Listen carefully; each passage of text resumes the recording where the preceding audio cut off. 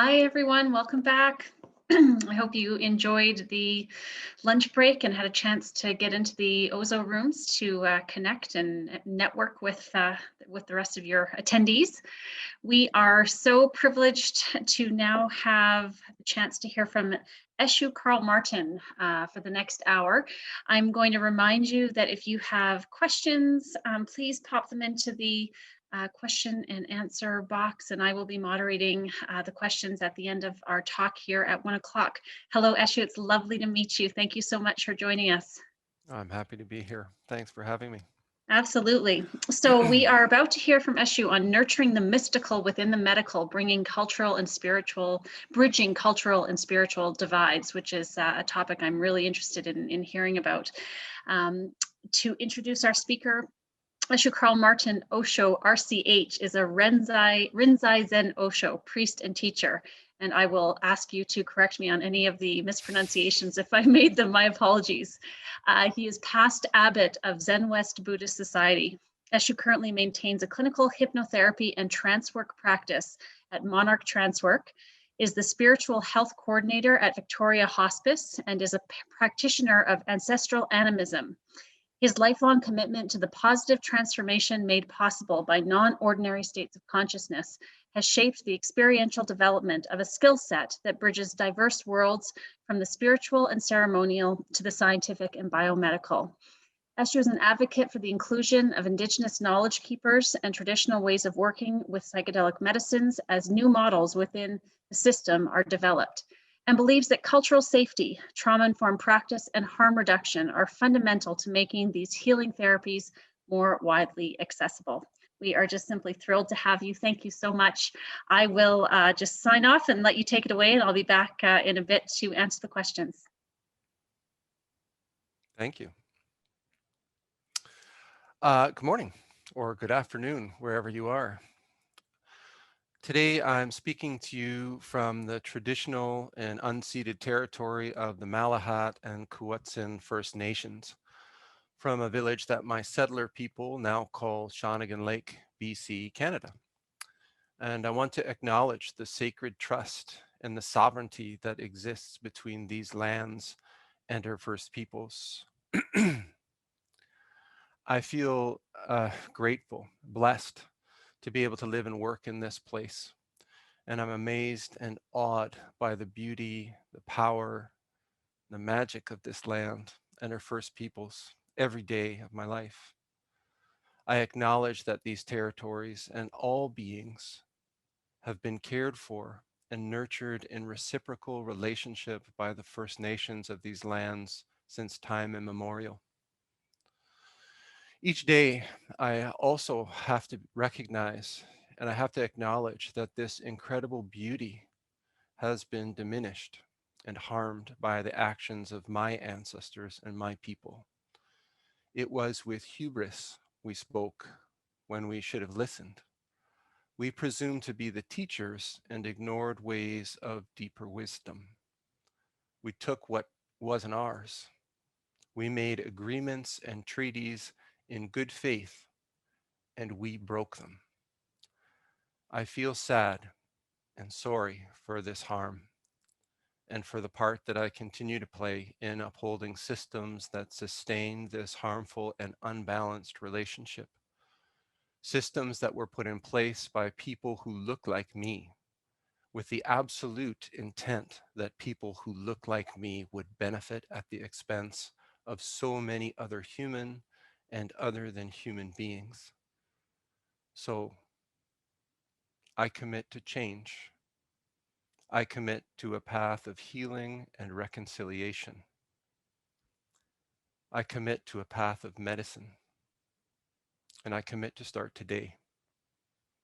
May my life become a healing medicine for the benefit of all beings.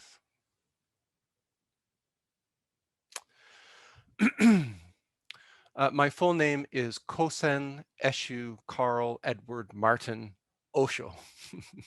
My ancestors are of the Pictish, Dalriata, Brittonic, Frankish, and Norse peoples. I am a descendant of some of the earliest colonial settler peoples to this land, and that means that I am a settler. and I accept the responsibility to be a living representative of my ancestors as I continue the lifelong work of reconciliation with these lands and her first peoples. I was born in the traditional territories of the Haudenosaunee and the Kanien'kehá:ka Kahaka Mohawk First Nations in a city that my settler peoples refer to as Pointe Claire, Quebec. In 1999, I received Tokudo Shiki, novice ordination in the Myoshinji Rinzai Zen Buddhist tradition under Denkyo Kyozan Joshu Roshi. In the Zen tradition, when you're ordained, you receive a new name, a new identity. The name I received is Eshu, which Joshu Roshi translated to mean surpassing wisdom. My second teacher, Genjo Roshi, expressed this as abundant gifts of the heart. Either way, for me, the name represents some really big shoes that I continue to work to grow into. In 2013, I received Suiji Shiki. I was acknowledged as Zenji and Osho, a Dharma teacher and full priest by Kokan Genjo Roshi of Daibaizan Chobo Zenji, and received the Osho name Kosen, which means Red Mountain Hermit or Red Wizard. I was the resident priest and abbot of Kokizanji, the practice center of Zen West Buddhist Society, for 14 years until I retired from that role in 2018. As was said, I currently maintain a private clinical hypnotherapy and trance work practice at Monarch Trance Work. I'm the spiritual health coordinator for Victoria Hospice, and I'm newly a team member and facilitator for the Roots to Thrive program. Now, I want to share all of this with you so that I can be completely clear as I proceed that my knowledge or insights that I'm able to share or transmit today are founded on my relationship with my ancestors, with my elders, my teachers, and my companions along the way. I also want to be clear that the responsibility for any unskillfulness in my language, any errors in data, any harm that I may cause by my own ignorance or blind spots, and I'm quite sure that I have many of those, is mine alone. If anything I say or do today hurts you, I want to know about it so that I can learn. And I invite you to please contact me and tell me. So today I'll be talking about what's come to be called mystical experience in psychedelic medicine assisted therapy, what I feel its role is in transformation and healing, and how to bridge what I feel is a significant gap in the psychedelic therapy team as it's developing in the dominant so-called mainstream public health system. I'll be talking about some of the concerns that have been raised about the inclusion of cultural, religious, and spiritual team members, suggest how these concerns might be addressed, and point to some of the qualities, skills, experience, and training that can ensure a more robust and holistic circle of care. I want to acknowledge that as a spiritual health practitioners, I'm in a situation of extreme privilege as a facilitator and team member of Roots to Thrive. This particular team includes not one, but two spiritual health practitioners, is supported by Snuneymuxw elder Geraldine Manson, and includes several team members that bring lived traditional, cultural, and spiritual wisdom to share with the program participants and the team members. I've come to recognize that Roots to Thrive, our team, is an incredible exception because it includes such diversity, rich resources in this area. And it's my hope, it's my prayer really, that this prototype of inclusion and diversity can be taken up everywhere, because it's certainly not the norm. And I'm profoundly grateful to be a part of this team. Our team isn't perfect, but the model is different. And it seems to be a difference that's making a difference. So, as I begin, I'd like to first clarify some terms that I'll be using today. The first is spirituality or spiritual health. In the work that I do, when I'm talking about spirituality, I'm referring to a sense of connection, meaning, and purpose. Deeper than this, and more precisely in the context of my talk today, I'm talking about the environments, contexts, relationships, and practices within which an individual person's sense of self expands beyond their limited personal self, and one experiences oneself as connected to or immersed in something bigger. This something bigger can be accessed through many kinds of formal, cultural, religious, and spiritual practices, it's true, but these are not requirements for this kind of expansive connection. A person can have this kind of self expansive experience when walking in the woods, and the inside outside separation just drops away, and you become part of the forest. Or when you're listening to a beautiful piece of music and you become utterly swept up in its rise and fall or rhythm, and concepts like time just fade away. For many people, this kind of experience can happen when they're spending time with their loved ones or creatively expressing themselves in their particular art of choice, or even through doing meaningful work in the world. And these kinds of shifts or expansions of what we perceive ourselves to be, this kind of connection or immersion into something bigger, can lead to new and broader perspectives and insights, a deeper sense of meaning, and a clearer understanding of our purpose in life. And this shift, this expansion, is what I'm talking about when I'm talking about spirituality. And the second word or term that I want to talk about is culture, cultural health. And this can be understood in many ways, but at its root, these terms refer to a sense of belonging, a feeling of having a place among others, a sense of being welcome in that place or in that community, being seen, being known, and being understood. When I am speaking about culture, and especially about traditional culture, I'm specifically referring most often to cultures of ethnicity or ancestry. In my experience, these are some of the most powerful and immutable forms of culture. That said, they're not the only forms. They're not the only cultures a person can identify with or belong to.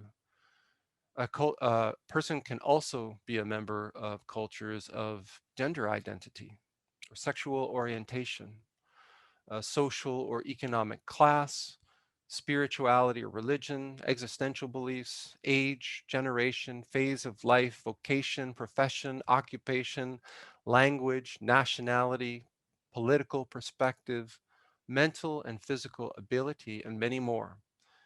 In my view, culture and spirituality are intimately and inseparably related because when one feels oneself to be a member of a culture, when one is made to feel safe and welcome, that they belong, the shift beyond the boundaries of self and a connection with a sense of being immersed in something bigger happens much more readily and naturally. This sense of community, belonging, and welcome is what I'm talking about when I use the word culture. So, how we experience ourselves, our lives, this world, and the universe itself is in large part based on the fundamental assumptions that we make about the nature of each of these things. Therefore, a primary and critical component of our journey, whether we express it as a spiritual, scientific, personal, healing, cultural, or in any other way, is to really clarify what those fundamental assumptions are. I've come to understand that one of the struggles that I have faced in my own work as a spiritual health practitioner within the public health system of Canada is that my own foundation, which is to say, the fundamental assumptions that I've come to embrace about the nature of self and life and the world and the vast universe, are often at odds with the assumptions that form the foundations of the public health system, and indeed really form the foundations of most, if not all, of the systems of the dominant materialist, capitalist, and racist systems that I live within and am governed by today. Most, my most fundamental assumption is that this cosmos that we're a part of is inconceivably vast. What I mean by this is that the possibilities and varieties of activity that take place within the cosmos are almost entirely taking place outside of my capacity to even perceive them, never mind comprehend any kind of overarching meaning. I do believe in and have experienced patterns, or for lack of a better word, tendencies, but I won't say much more than this at present. In my own experience, I've found that this cosmos is conscious, or rather, that the ever unfolding activity of the cosmos is consciousness itself. What in the Zen school has been referred to as Buddha mind, Dharmakaya, or capital M mind, or big mind. Now, in this work, whether it's spirituality or trance work or psychedelics, I often hear people use the word mind. Now, the word mind is like a slippery fish. It can be used in a lot of different ways, and even in some ways that actually contradict one another.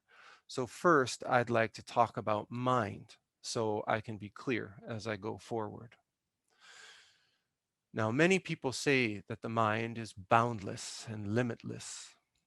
And if what they're referring to when they say this is capital M mind, big mind, I can agree. But often it seems to me that people make this kind of statement when they're talking about the little m mind, meaning our brains, our imagination, our senses, and cognitive function. And to suggest that this little m mind is limitless or boundless is to make a massive mistake. I'm not the first to observe that our human minds and our senses, while totally incredible in many ways, are not, in fact, even in the business of expansion. Quite the opposite. These faculties are more like convex lenses, and their primary function is actually to reduce and filter out the sheer vastness of the cosmic activity so that we can focus on the relatively few elements that support corporeal life in these bodies on this planet. As a simple example, we have come to know that there are sound frequencies that dogs can hear that humans cannot. We've also come to know that there are color spectrums that insects or birds can perceive that humans just can't. We've even devised ways and tools and devices that can collect this information, interpret it, and represent it within the perceptual ranges of the human mind. But even when we do this, we've got to recognize that there's a whole lot going on in the cosmos that we're just not aware of at all. And we also have to recognize that this is actually a good thing. I mean, can you imagine if even for one moment you heard every sound frequency possible in every spectrum in the cosmos? It would be utterly overwhelming.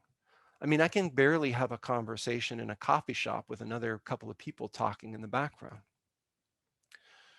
So, what this brings me to is the understanding that when I or anybody is talking about reality or ultimate reality, necessarily what I am expressing is a version of ultimate reality that is entirely limited by the capacity of my own mind to experience it. And even if my mind is super expanded, awakened by Zen meditation, or immersed in Christ consciousness, or flooded with psychedelic compounds, my experience is necessarily limited and represented by my absolutely human mind and senses. I feel that the truth about absolute reality is that it is, by its nature, beyond comprehension and beyond adequate expression.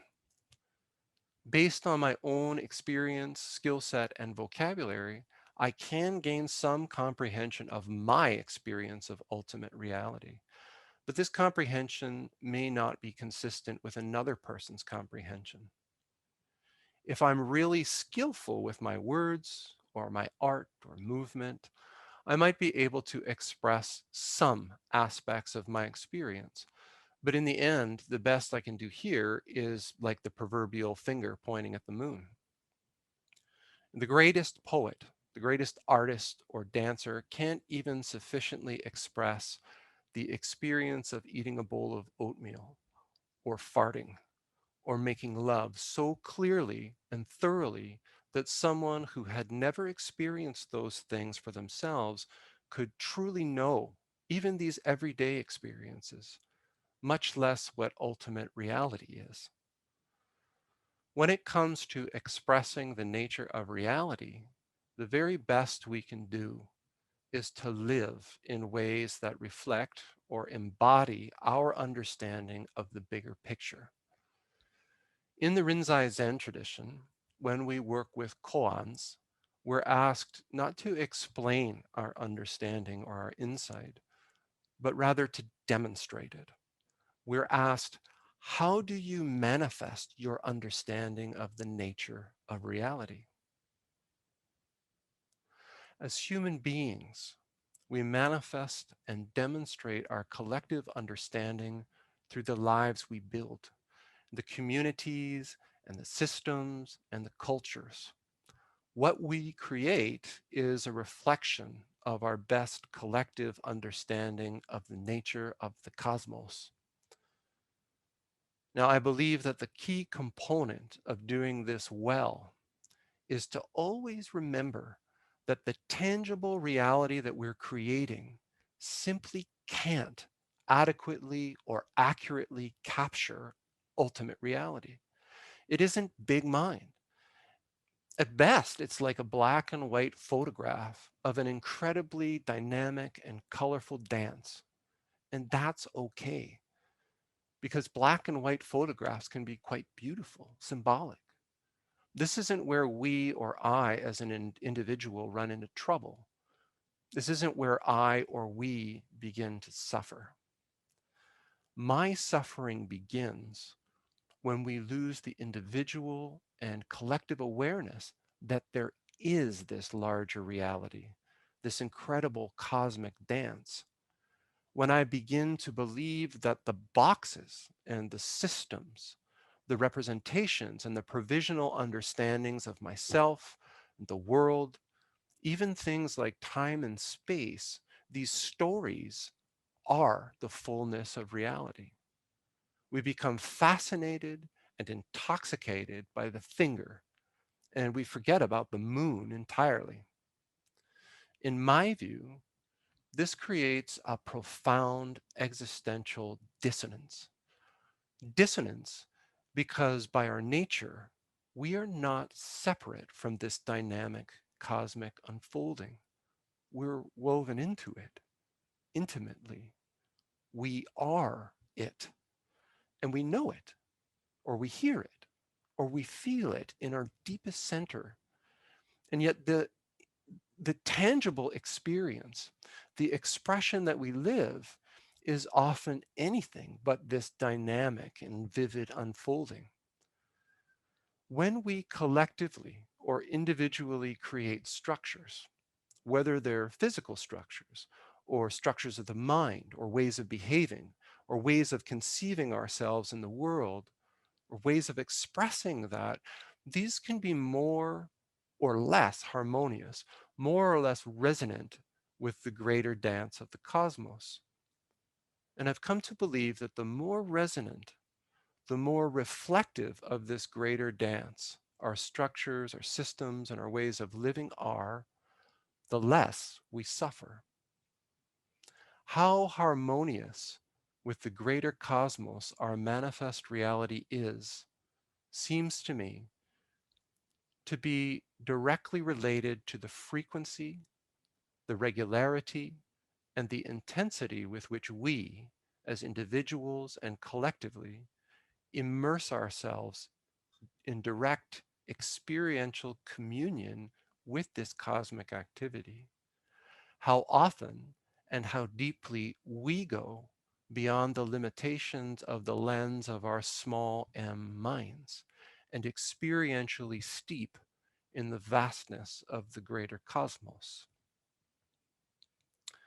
Virtually every traditional culture Every spiritual and religious sect has its roots in its foundation, practices, methods, and techniques that catalyze this transcendent and experiential communion. It may, it may be that even what we might call a modern culture, meaning the current dominant materialist skeptical scientific culture, is engaging with psychedelic medicines for this very reason, even though some parts of this particular culture aren't yet clear that this is what's going on. This transcendence is absolutely critical because what we transcend is the deluded idea that our structures and our systems, our concepts and our philosophies not only reflect reality, but are reality itself. For me, working therapeutically, whether I'm talking about meditation or ceremony or traditional medicines or trance work or psychedelic medicines, is not about supporting a client to be less anxious and depressed so that they can get back to productive work within whatever provisional structures or systems they're involved in. Now, that is one possible outcome, but it isn't the most important one to me. I feel that this work is and must be about supporting human beings to transcend the disharmonious provisional or representational structures that they've been captured by, and in becoming captured by them, have been brought to suffer. Now, again, I don't believe that I'm alone or even novel in these views, nor in this approach. Quite to the contrary, while I freely admit that my exposure and understanding of cultures and spiritual practices outside of my own is limited, I find that when I speak about these views with others who are deeply immersed in their traditional cultural ways of knowing or spiritual religious practices and experiences outside of my own, I tend to see a lot of heads nodding. Each culture, tradition, religion, or practice may have its own cosmology and vocabulary, their own way of expressing it. And even so, we are swimming in the same waters. I want to be clear, I'm not saying that at root there's no difference between these cultures or traditions and practices. Quite the opposite. Each is totally unique, distinct, and powerful in and of themselves. I'm simply suggesting that when a human being or community of practice journeys to the limits of language and form, of time and space, we tend to find ourselves popping out into one vast ocean.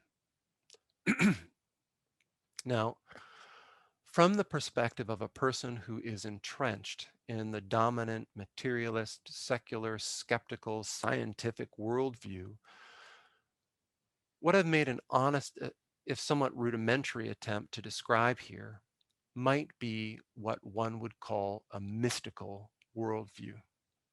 And this point is very important because when this worldview or lived experiences of this worldview are described as mystical or even spiritual, they're marked with a presumption and with the implicit assumption that there's something other than ordinary or normal, that there is another way of existing and living that constitutes a kind of normal or ordinary or really real reality.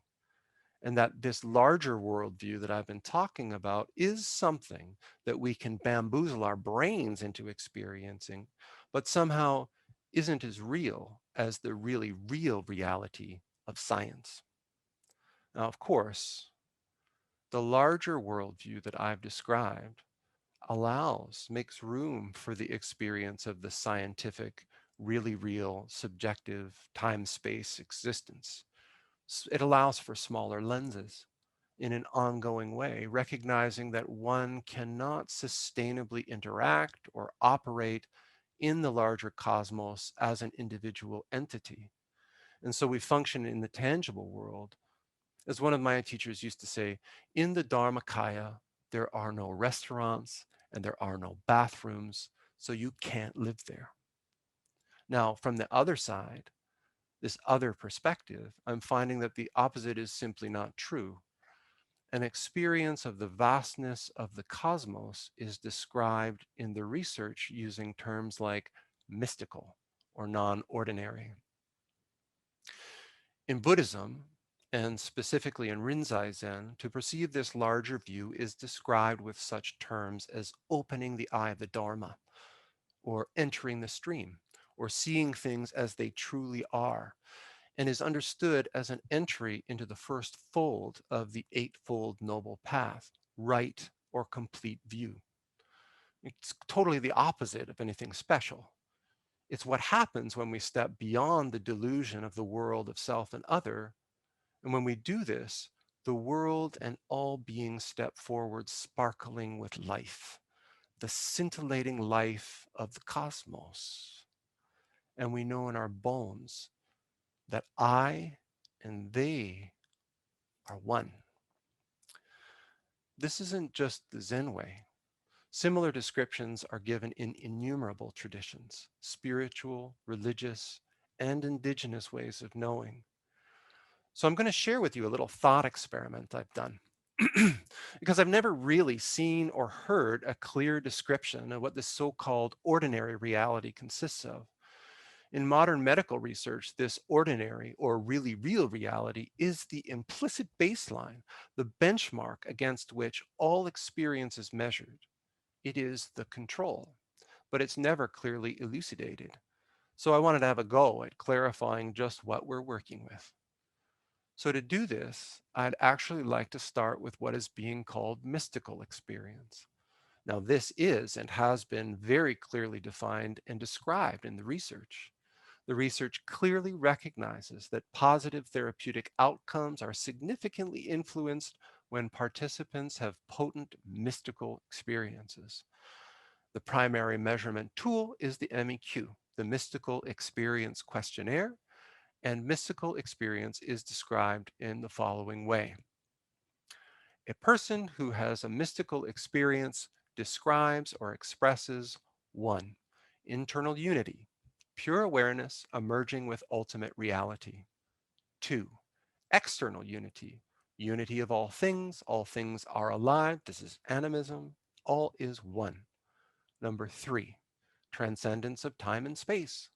Number 4, ineffability and paradoxicality. There's a claim of difficulty in describing the experience in words. Number 5, there's a sense of sacredness, awe.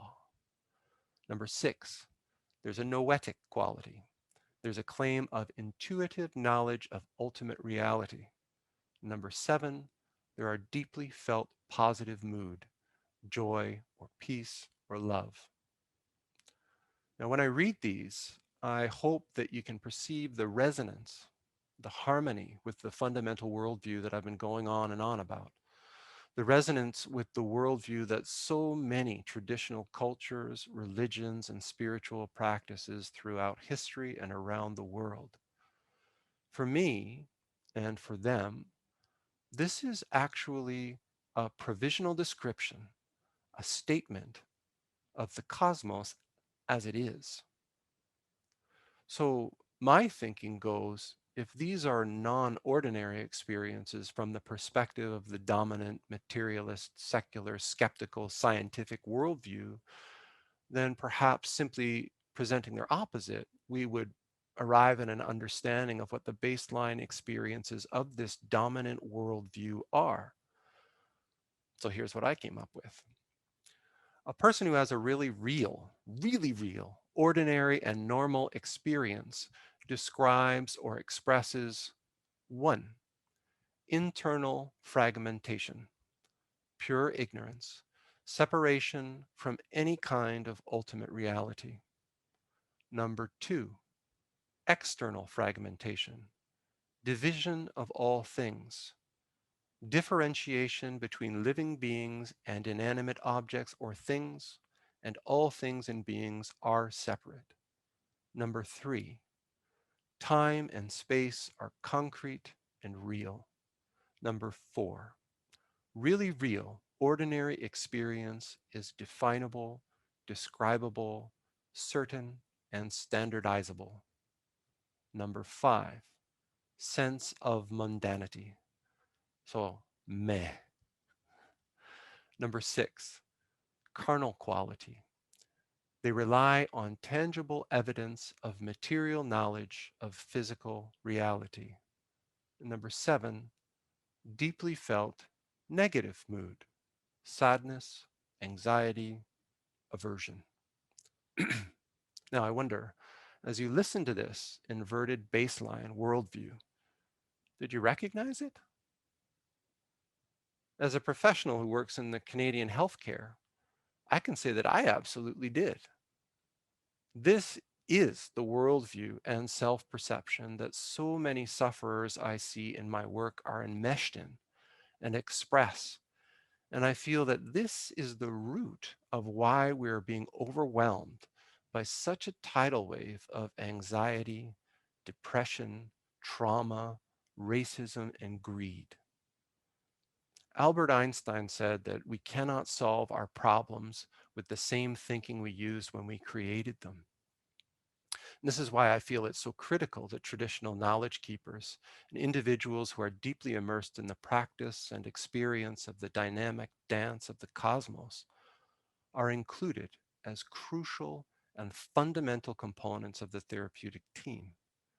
Who is more qualified to support our patients, our clients, and participants through these so called mystical experiences than those who have spent their lives diving into that ocean and clarifying it as the very ground that they walk on?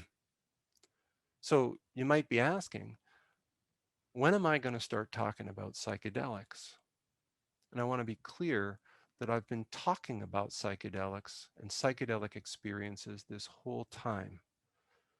For myself, unlike some, I don't draw a line of distinction between transcendence experienced through the use of psychedelic medicines and transcendence experienced through cultural, religious, or spiritual practice.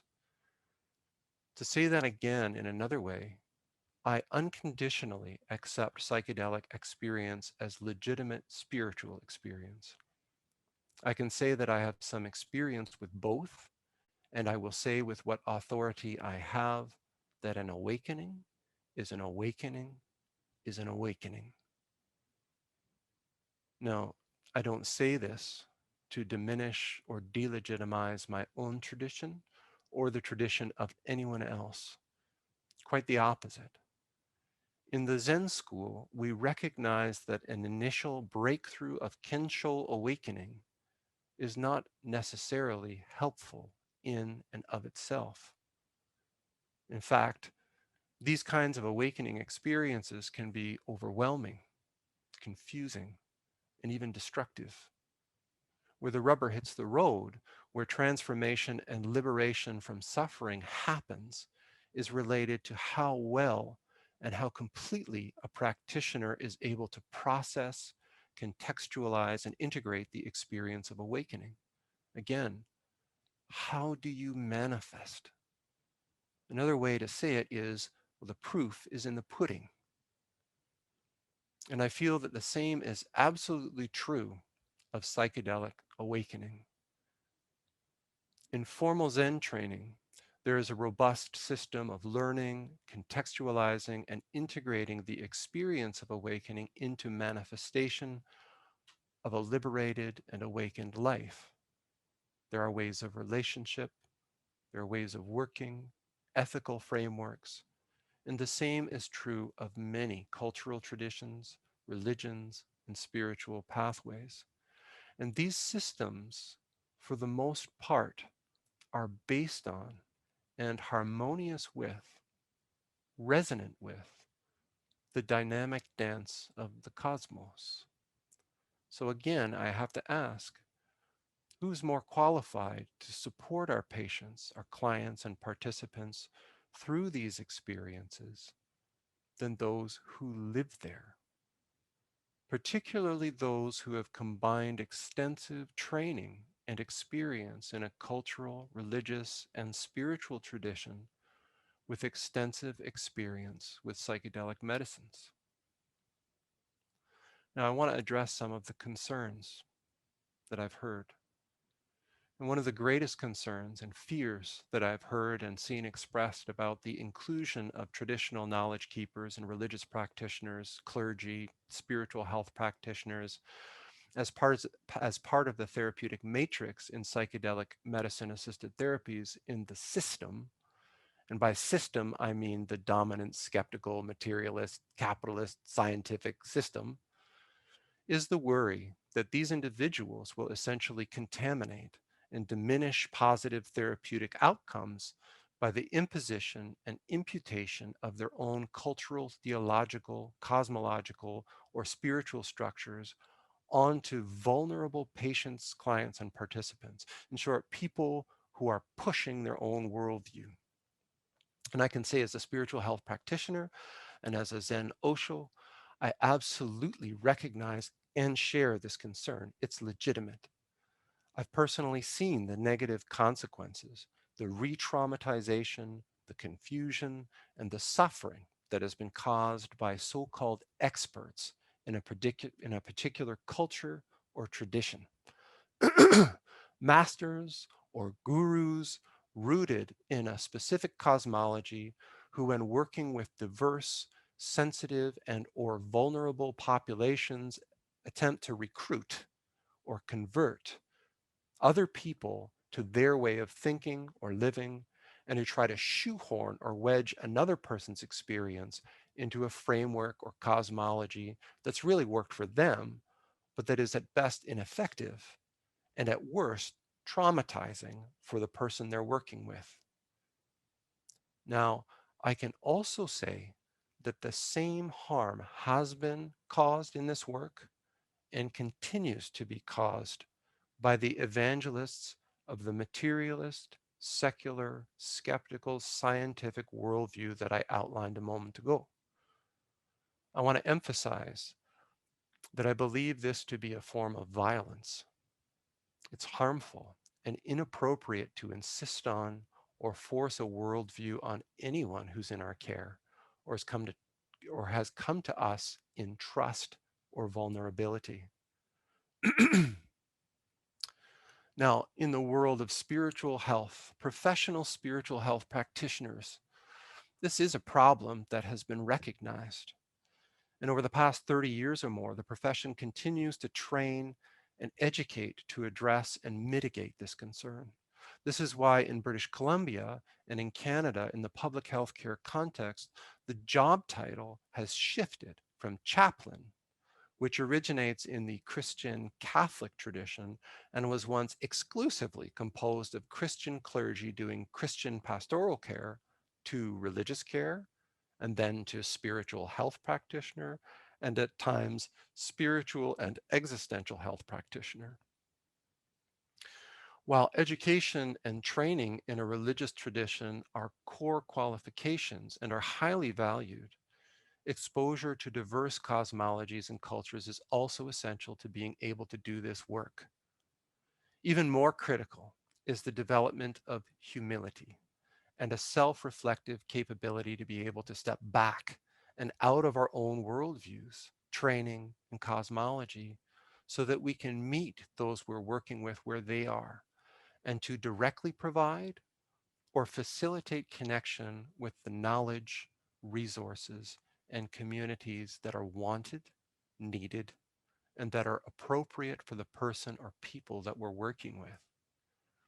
It's my feeling, it's my belief that whether one is a Roman Catholic priest, a Rinzai Zen Osho, a traditionally trained curandero, or a First Nations elder, if you're wanting to work with diverse populations in the greater public sphere outside of your specific tradition or culture, one needs to be experienced and to demonstrate the ability to step back outside of one's own worldview and to apply your knowledge, your experience, and share the resources that you've developed through relationship and community in ways that are appropriate for those that we're working with.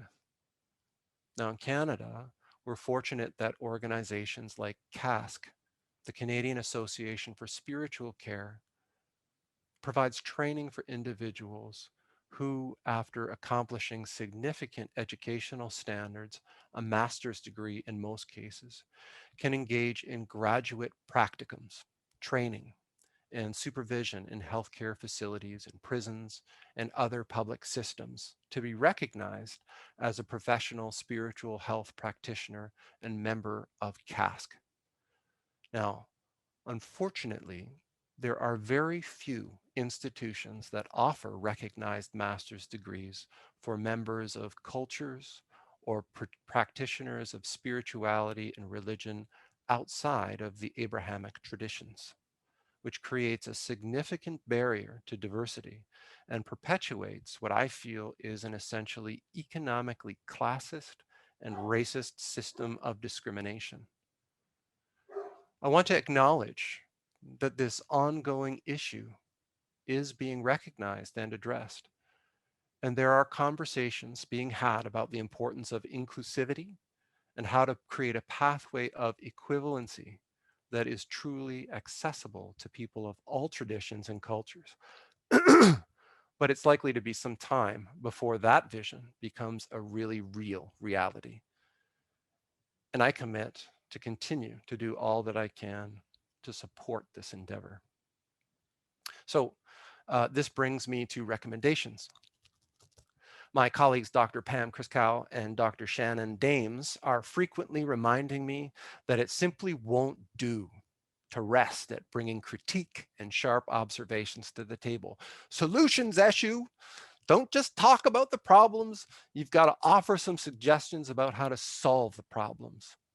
So these are the suggestions that I'll make to address the gaps I've highlighted today. At the level of government and politics, 1, decriminalize psychedelic medicines and especially plant medicines. I'm an advocate of decriminalization over legalization.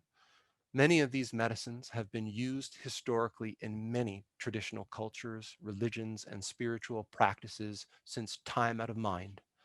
There are traditional ways of practice and knowing that pre-exist and lay far outside of what the dominant therapeutic paradigm is developing. Not only is it impossible to govern and control their use in these contexts, it is an oppressive, racist, and totally inappropriate act for any government to declare their use in these contexts to be criminal. To do so creates an obstacle to safe practices and inclusion, and creates a greater likelihood of harm rather than preventing it. It forces otherwise law-abiding people to move underground into secrecy and creates fear, which are prerequisites of harm and abuse. So for public healthcare leaders and the leaders in private psychedelic medicine therapy, number 1, commit to and invest in spiritual and cultural health as a fundamental component of quality healthcare. On paper and in policy, the place of spiritual and cultural health is widely recognized. But on the ground, these resources are universally underfunded and under-resourced. Positive outcomes are often limited by the tension between overwhelming need and the lack of both human and financial resources. Spiritual health practitioners and traditional and First Nation elders are often expected to volunteer their time, their knowledge, their expertise in organizations in which no other professionals are expected to do so. Number 2, continue to embrace and develop the research and practice of effective approaches to psychedelic medicine assisted therapies. Number 3, develop and cultivate personal and professional relationships with spiritual health practitioners and traditional cultural knowledge holders and include them as a foundational part of a holistic, interdisciplinary team. For educational training and governing organizations of spiritual and cultural health practitioners, Number one, prioritize and formalize embedded pathways of training and supervision for spiritual and cultural health practitioners where traditions, cultures, economic realities, and practices are not supported and recognized by the dominant and mainstream educational, economic, and religious system. A clear and accessible pathway to equivalency is crucial to ensure diversity and appropriate spiritual and cultural health support for all. Number two, acknowledge, recognize, and embrace psychedelic experience as valid practice. Number three, create opportunities for specialization in working with psychedelics as a practice, just as one might specialize in working in prisons, in the military, in hospitals, or in end of life care. And just as working in prisons or the military or at end of life isn't something that everyone might wish to do, psychedelic work isn't for everyone. But I feel it should be framed as a valid and valuable specialization of practice. And for spiritual and cultural health practitioners who aspire to do psychedelic work, my recommendations are that one, you cultivate deep knowledge and experiential roots in a well-developed spiritual and or cultural tradition. What I mean by well-developed is a tradition that includes a deep cosmology, a practical ethical framework, integrative practices, and a vocabulary used to express experience and understanding. Number two, cultivate spiritual and cultural humility and the ability to step back from your own spirituality and cultural frame. Study and practice in spiritual and cultural traditions other than your own, and be willing and able to recognize them as being equal in value and equal in truth to your own. Not everybody is comfortable or even able to do this well. And even those who are will always continue to have blind spots. And so we need to be willing to have supervision and to receive feedback and critique. If you're unable or unwilling to cultivate these capacities, then I would suggest that working in an environment outside of your spiritual or cultural tradition with a diverse public may not be right for you, nor for those who you would seek to serve. Number three, cultivate knowledge and expertise in culturally safe, trauma informed, holistic, and harm reduction approaches to practice. Now, each of these areas are deep and extensive, and spiritual and cultural practitioners should be familiar and competent with all of them. Number four, cultivate deep knowledge and extensive experience with the use of psychedelic medicines. As psychedelic medicines and training programs become legally available, it is crucial that all would-be supporters and therapists, and especially spiritual and cultural health practitioners, have extensive lived experience journeying with these medicines. While there are similarities to experiences of awakening, epiphany, and ecstasy catalyzed by spiritual and cultural practices, there are also significant differences. We need to be coming from deep experience when we're supporting others. Number five, cultivate the essential therapist competencies. Now, these have been really well expressed by Phelps in 2017 and adapted by Dr. Devon Christie in her 2018 Psychedelic Psychotherapy Forum presentation. These include empathic abiding presence, trust enhancement, spiritual intelligence, knowledge of the effects of psychedelics, therapist self-awareness and ethical integrity, proficiency in complementary techniques, and implicit relational processing and trauma resolution skills. The sixth thing I'd like to see cultivated and developed is for us to cultivate community and support with your spiritual and cultural health practitioner colleagues, particularly in the field of psychedelic therapy and practice.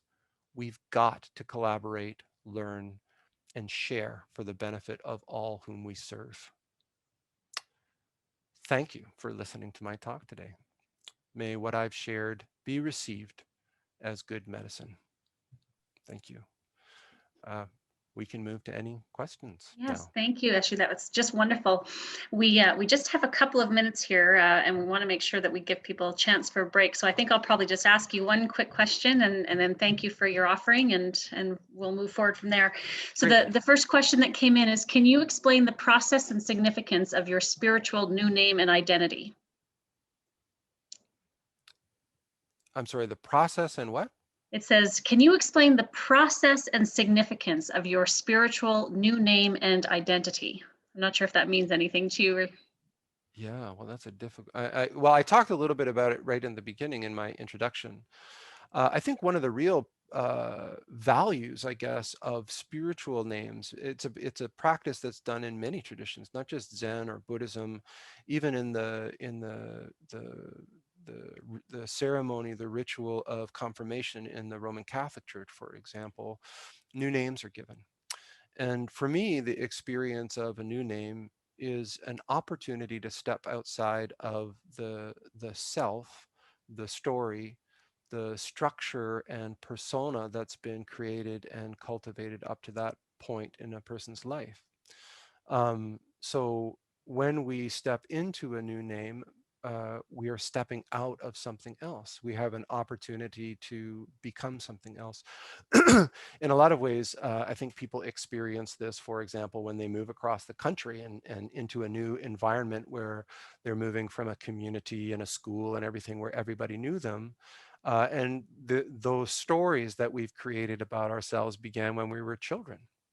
And we've really become someone different, but we're still kind of held in that container. Now, that's an external model. The idea with a new name is that we're offered an opportunity to step outside of the container that we hold ourselves in. So, in a lot of ways, it is a great example of a spiritual practice or a spiritual tradition that happens in Zen and Buddhism and many other traditions. There are many First Nations also give people new names when they come to a certain point in their life or pass a particular waypoint. And so I think it's a really good example of a spiritual tradition that offers a structure which is very similar to the kinds of transitions that I'm talking about in psychedelic medicine, where people are offered an opportunity to step outside of the box, the story of who they are in the context of a system or family or culture. I hope that answers the question. I think that was a beautiful answer. Thank you so much. And what I can say about what I've just received from you is that this is a true gift of having been very thought-provoking. I feel like I'm going to be digesting and kind of reflecting on what you've offered probably for the rest of the day and the evening. And to me, that's a real gift. So thank you very much for what you've brought to us and for sharing your thoughts and perspective. It was wonderful. It's been a pleasure. Thank you very Okay. much. Thank you very much. And we're going to be moving right into our next session with Dr. Hayden Rubinson in just a second. So let's just take a 2-minute stretch and we will come back at 2 o'clock. Thanks very much, Eshu. You're very welcome.